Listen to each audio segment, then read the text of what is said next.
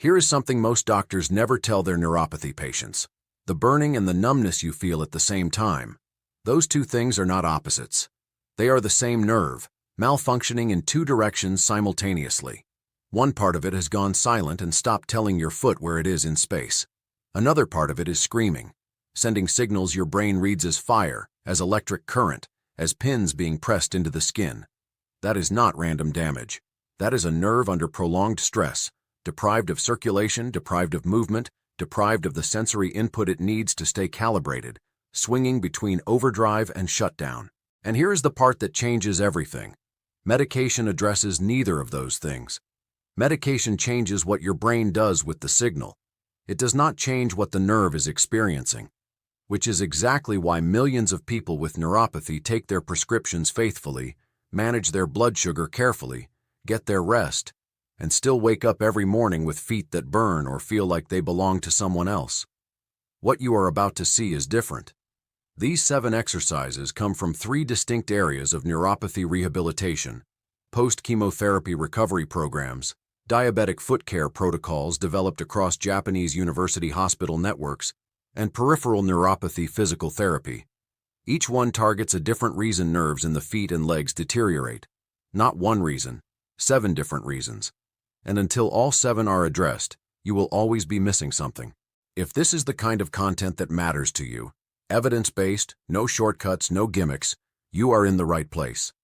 Subscribe to Dr. Andrew Health so you don't miss what we cover next, and leave a comment below before we finish. Burning, numbness, tingling, or all 3? I read every single one. Let's get into it. Exercise 1. Foot. Doming. Inside your foot, there are more than 20 small muscles that most people have never consciously used in their lives. These are called intrinsic muscles, and their job has nothing to do with walking or lifting your leg. Their job is to control the internal architecture of the foot itself, holding the arch, stabilizing each toe independently, and maintaining the structural environment that surrounds the nerve endings in the ball of the foot and the toes. That last part matters enormously, because neuropathic symptoms most commonly begin exactly there, the ball of the foot, the toes. And one of the reasons they do is that the muscles responsible for supporting the nerve endings in those locations have atrophied. The support is gone. The nerve endings have become more mechanically exposed with every step. Foot doming reactivates this muscle group specifically, without placing load through the forefoot where the pain is concentrated. Sit in a chair with one foot flat on the floor. Without curling your toes, this is important, the toes stay long and relaxed. Try to shorten the foot from heel to ball. Imagine you are trying to draw the ball of the foot toward the heel by lifting the arch from underneath. Nothing else moves, only the arch. Hold for 5 seconds. Release completely. 10 repetitions per foot. It will feel strange. That strangeness is the signal you need it. These muscles have likely not received a direct activation demand in months or years. They will respond. The movement becomes cleaner within days. That rebuilds the structural environment. The next exercise addresses something structurally different, the pathways themselves. Exercise 2. Sensory stimulation. Walk. Sensory nerve pathways do not remain stable when they are not regularly used. They decline. This is not opinion. This is one of the most consistently demonstrated findings in peripheral neuroscience. A nerve ending that goes quiet from neuropathy will continue going quieter unless the brain receives regular input through it. Use it or lose it applies to nerves the same way it applies to muscle. In Japanese diabetic rehabilitation programs, particularly those developed across hospital networks in Tokyo and Osaka, sensory re-education has been a formal part of neuropathy care for decades. The goal is not distance. It is variety of sensation. Place a thin towel folded twice on the floor beside a wall or sturdy chair. Stand on it in bare feet, holding the surface lightly for balance, and slowly shift your weight from heel to toe, side to side, for 60 seconds. The slight unevenness of the folded towel sends varied pressure signals across the sole, something a flat floor cannot do. When that becomes easy, progress to a textured bath mat or a non-slip rug. The more advanced version used in Japanese rehabilitation settings is a shallow tray filled with smooth dried beans or rice that the feet press into gently while standing. The goal is not discomfort. The goal is input variety.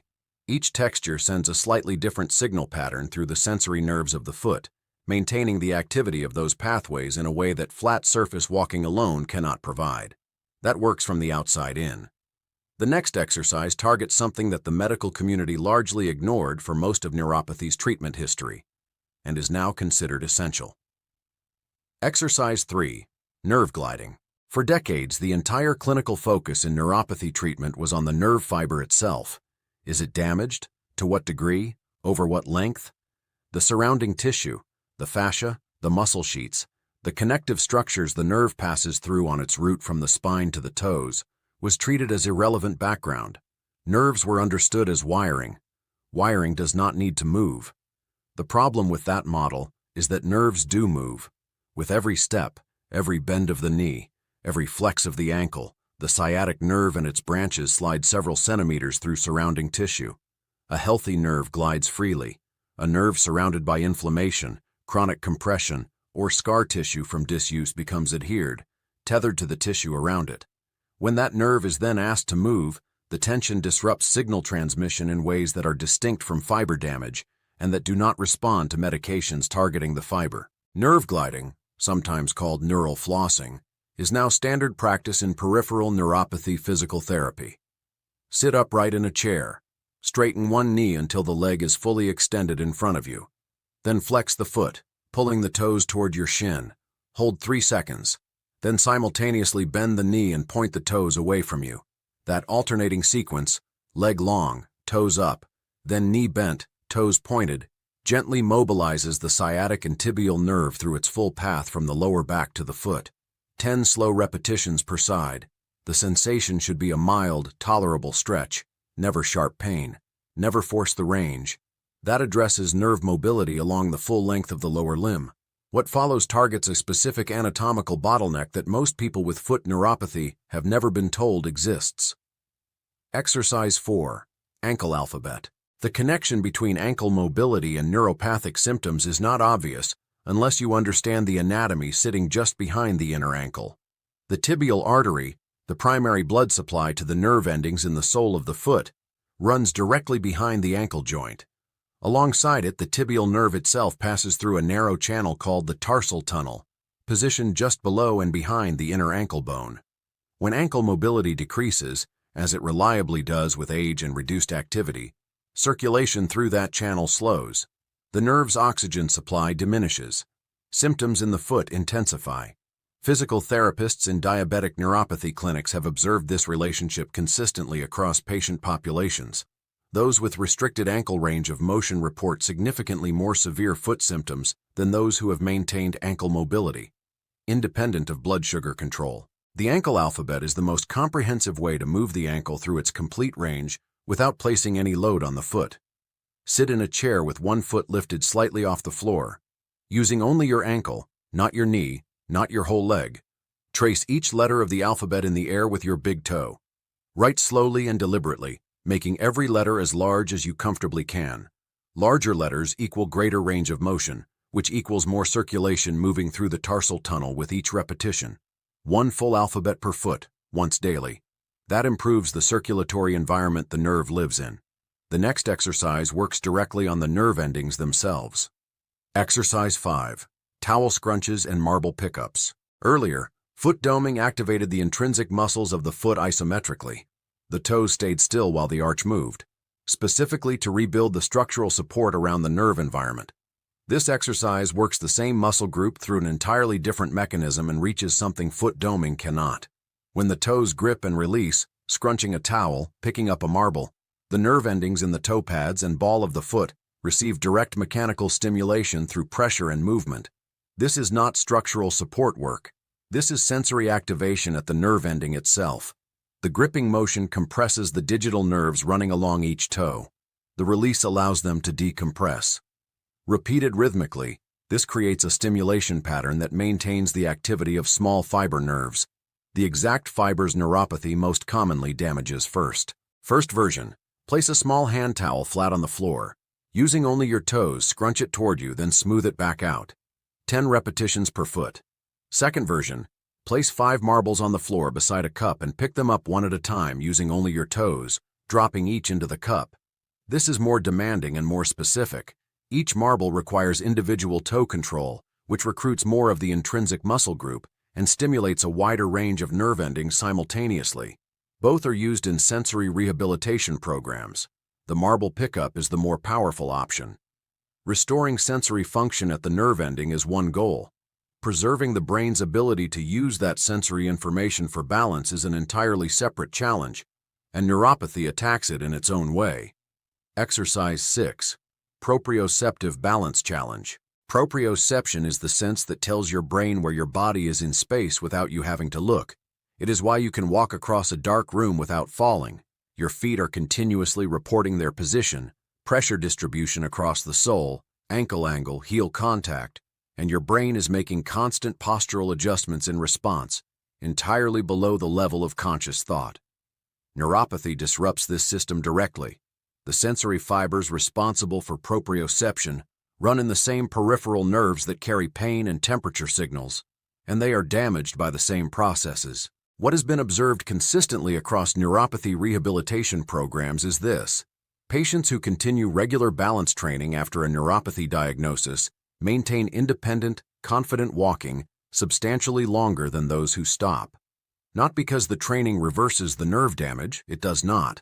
Because it forces the nervous system to work harder with whatever sensory input remains, and that demand preserves the functional use of those pathways in a way that passive rest simply cannot. Stand beside a wall or countertop with your fingertips resting lightly on the surface. Shift your weight entirely onto one foot and hold for 10 seconds. Switch sides. As stability improves, progressively reduce your contact with the surface. Fingertips only, then one finger, then hovering just above without touching unless needed. The next progression: perform the same balance on a folded towel or slightly uneven surface. The irregularity removes the flat floor's predictability and forces the ankle and foot to process more varied sensory data. 2 sets per side, daily. Each of the 6 exercises so far has targeted a different layer of the problem. The 7th and final movement targets the specific anatomical site where the nerve is most commonly compressed in people with foot neuropathy and where no systemic treatment can reach. Exercise 7. Tibial nerve mobilization at the tarsal tunnel. At the beginning of this video, I said that most people, including many general practitioners, are unaware that nerves themselves need to move, and that a specific mobilization technique in peripheral neuropathy physical therapy addresses exactly this. I want to be precise about what that means now, because there is an important distinction between this exercise and the nerve gliding we covered in Exercise 3. The nerve gliding in Exercise 3 mobilized the sciatic and tibial nerve along its entire length, from the lower back all the way to the foot, using the knee and ankle as levers. That is a long-range technique. What it cannot do is address a specific anatomical site where the tibial nerve is particularly vulnerable to compression in people with foot neuropathy. That site is the tarsal tunnel. The tarsal tunnel is a narrow passage on the inner side of the ankle, just below and behind the ankle bone. The tibial nerve passes through it on its way into the foot, alongside the tendons and blood vessels that supply the sole. In a healthy ankle with regular movement and good circulation, that passage stays open and the nerve glides through freely. In an ankle affected by swelling, inflammation, scar tissue from old injury, or the connective tissue thickening that comes with age and reduced activity, the tunnel narrows. The nerve becomes compressed at that single point.